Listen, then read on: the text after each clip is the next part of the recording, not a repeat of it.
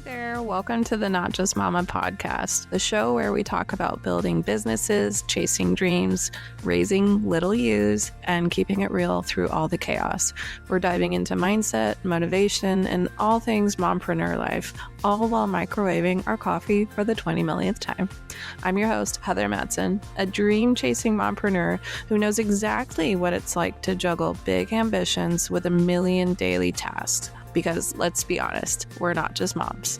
We're wives, we're partners, we're daughters, friends, creators, dreamers, and so much more. And just because we're raising little tiny humans doesn't mean we have to put our dreams on the back burner. We deserve to chase them, build something incredible, and make a difference, all while being amazing moms. So go ahead and nuke that coffee once again and get comfy, because we're diving in. Hey, welcome back to the Not Just Momma podcast. So if you've been following along for the last couple weeks, you know I've been diving deep into some big motherhood topics. And honestly, I really love that because sometimes life just pulls you into those really raw, real places. And I think it's just so powerful to lean in and share from the heart when it happens. But today I want to pivot back into something I know many of you are thinking about right now, and that's your business, or maybe the business that you want to start. So if you've been dreaming about building something that gives you more time with your family, more flexibility, and a way to turn your passion into income, especially through something like creating an online course, then today's episode is going to help you get clear on something I really wish I would have done differently when I first started. So let's dive in. Okay, so let's go back in time a little bit, okay? When I first stepped into the online business world, I was actually really overwhelmed. There was just so much information out there and it was everywhere. So there's like YouTube videos, podcasts, of course, webinars, many courses that you can take to learn how to create an online business, and just like random advice from people on Facebook. Okay, I mean, it was a lot. And to be honest, it felt completely different from running my small salon business. That world felt really familiar to me and actually really tangible, but this was like jumping into a foreign country and not knowing the language. It was totally different. And after being in this world for about 5 years now, I realized something huge. And that's that there is no one right way to build an online business. Everyone has their own path, their own methods, and their own style. And that's totally okay. That's great, actually, because that's what makes each of us stand out. But if I could rewind time a little bit, there is actually one thing I really would have done differently. So before I ever created a course, before I ever built a website, before I even thought about launching anything, I wish I would have built my email list first. And I'm not talking about a giant Instagram, Facebook, or TikTok following, or whatever it is that you're using. I'm talking about an email list alone, because looking back, I see now that everything would have been a little bit easier and more impactful if I had started building my audience through an email list. I wish I had taken time to figure out who I wanted to serve, how I wanted to serve them, and then start building a relationship with those people before ever creating a product. And don't worry, I'm going to break this down because I know that build your email list sounds like one of those internet trends, but I'm here to tell you why it actually matters, especially for you. Maybe you're a mom who wants to drastically change her life for the better, who's starting out small, building from scratch, and wants her time and energy to go into things that actually work. And if you've already started your business up and already started on some of those things I mentioned, that's totally okay. You can still jump in on this today, okay?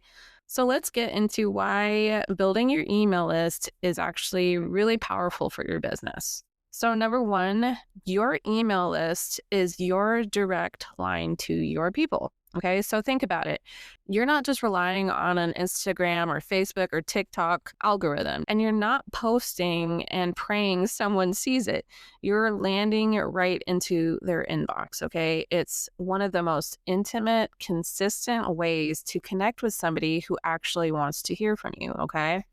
Number two, people on your list choose to be there. Okay. They have opted into your email list. They raised their hand and said, "Hey, I want more from you." That alone makes them way more likely to engage, listen, and eventually buy from you when you have an offer. You're not interrupting their scroll on social media. Okay. You are showing up in a space they have actually already invited you into. Number three, you own your email list. And this is huge. You don't own Instagram, you don't own Facebook, and you don't own TikTok and any other platform out there, okay? And those platforms, if they disappear tomorrow, so does your entire audience and your entire following, okay? And you would have to completely start from scratch to gain them all back. That's a scary thought, isn't it? But your email list, that's yours forever, and no one can take it from you. Number four, it lets you nurture deeper relationships. Through your emails, people get to know you. They hear your voice, your stories, your values. You can even share links to all your content on all your social media platforms if you wanted to. And it's not just about all the content that you're filling your emails with, it's like a connection, right? And that's what builds trust. And lastly, number five, email lists drive sales. This is the part we sometimes forget. When you do finally have something to offer, like an online course, the people most likely to buy are the ones you've already been talking to, the ones who've been on your email list, reading your emails, getting to know you. Whereas cold traffic takes longer to convert, okay? They're not sure of you. They don't know who you are. They don't know, like, and trust you. But your email list shortens that timeline so much. So, if at this point you're like, okay, I'm sold, but how do I actually do that? Let's break it down. So I would start with a lead magnet. And this is just a fancy way of saying give them a reason to get on your list. Okay. It could be a free checklist, a cheat sheet, a short video, a mini guide, something that helps them solve one single problem that they have and quickly. Make it relevant to the audience you want to serve. So, what's something they're struggling with right now? And what's something that you can help them do today where they can take immediate action? Often you can think of where you started in your own journey. Think of what you wanted to solve when you were in their position. Okay. And to get your lead magnet out there, you can use the social media platforms that you already have or any long form content that you have, like a podcast or a blog. Okay. So you don't need to go viral or anything, but you can share your lead magnet on things such as Instagram stories, talk about it on your podcast, kind of like I do, or mention it on your blog. Start where you are comfortable and be consistent with it. And if you have the capacity, you can even run a low daily budget ad to get people to click on and opt into your email list for your lead magnet.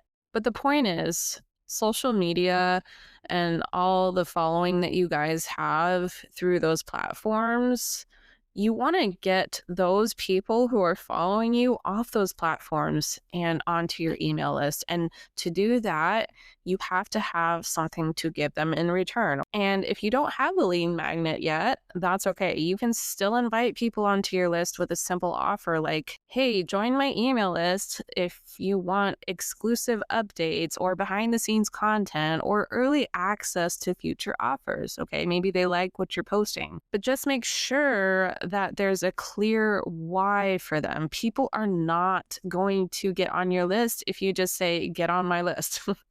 There needs to be a little incentive for them to give up their precious email.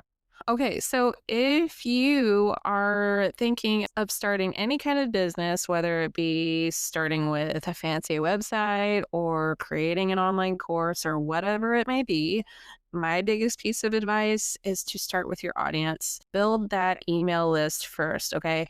Start posting about your topic, your niche in your social media platforms, and then come up with a free offer where people can click on a link and opt into your emails. Okay. I promise it will make the rest of your journey so much smoother because now you're not just launching into the void, into a cold audience, hoping for something to stick. You're launching to real people who already know, like, and trust you because you've been emailing them for a while. Okay. And yes, it might take a little time to build, but it's time that will serve you for years to come. And honestly, it's worth it. So if you haven't already, I want to encourage you to get that email list started. Create a simple lead magnet, talk about it, share your voice, and let your audience grow with you even before your product is ready. Okay, so if this episode encouraged you or got your wheels turning, do me a favor and hit that follow button. There's a call to action right there so you don't miss the next one. And speaking of email lists, if you want to hear more from me, get updates, tips, encouragement, and all the behind the scenes stuff I don't always share on this podcast, come join mine. You see how I did that? You can find the link right in the show notes below. All right, Mama, get out there, trust your voice, and start building your tribe. And remember, you're not just Mama, you're so much more. Until next time.